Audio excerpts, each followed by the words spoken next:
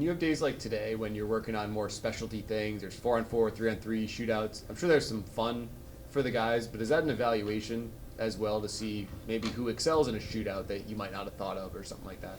Yeah, the 4-on-4, 3-on-3, not so much. The shootout, a little bit. And Keel did great, so that caught me off guard a little bit. The quality of the goals, he scored two. You saw Juice scoring, he typically does. But the ice wasn't great and all those kinds of things. It was just a walkthrough, I think, good for the fans to see some of that individual stuff too. So I wouldn't say there was a strong evaluation going on that part of the game, or practice. Just something a little lighter, change of pace. First periods in the preseason, you guys have outshot the opposition like 2-1, more or less. Is there any trends you're seeing or liking from your starts, or is that just kind of coincidental, I guess, at this point? Well, no, I guess I would say it like this.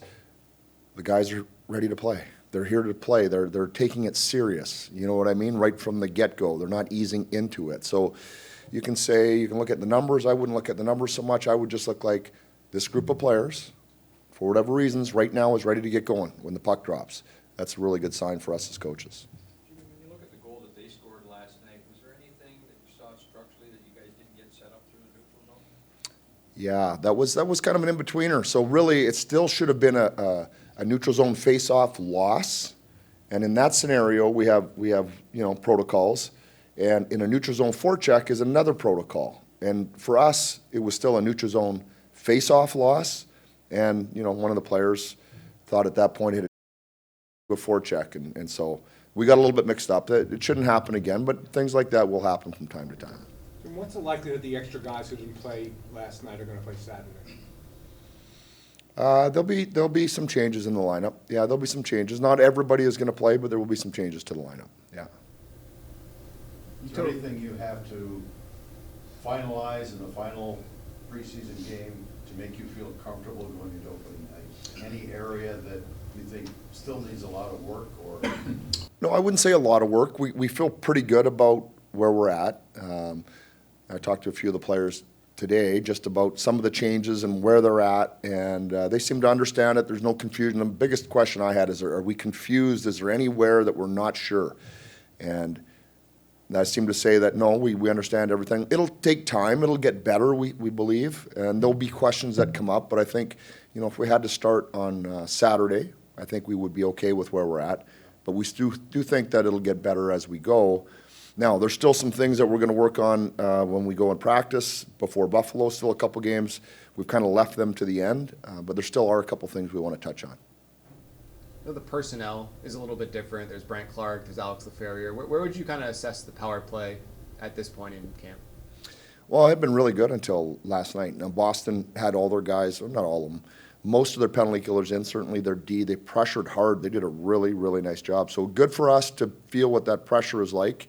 And, we didn't execute well on that at all.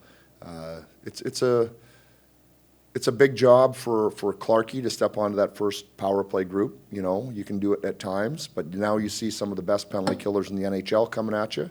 And so there'll be a bit of adjustment for him. And I think Laff has done his job. He scored a couple.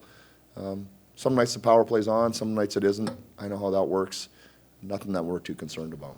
Yesterday morning at practice, the pregame skate, it seemed like the penalty killers, did you practice kind of try to simulate what Boston's penalty kill did? Because penalty killers yesterday were really aggressive. Power play struggled a little in the morning. Yeah, right.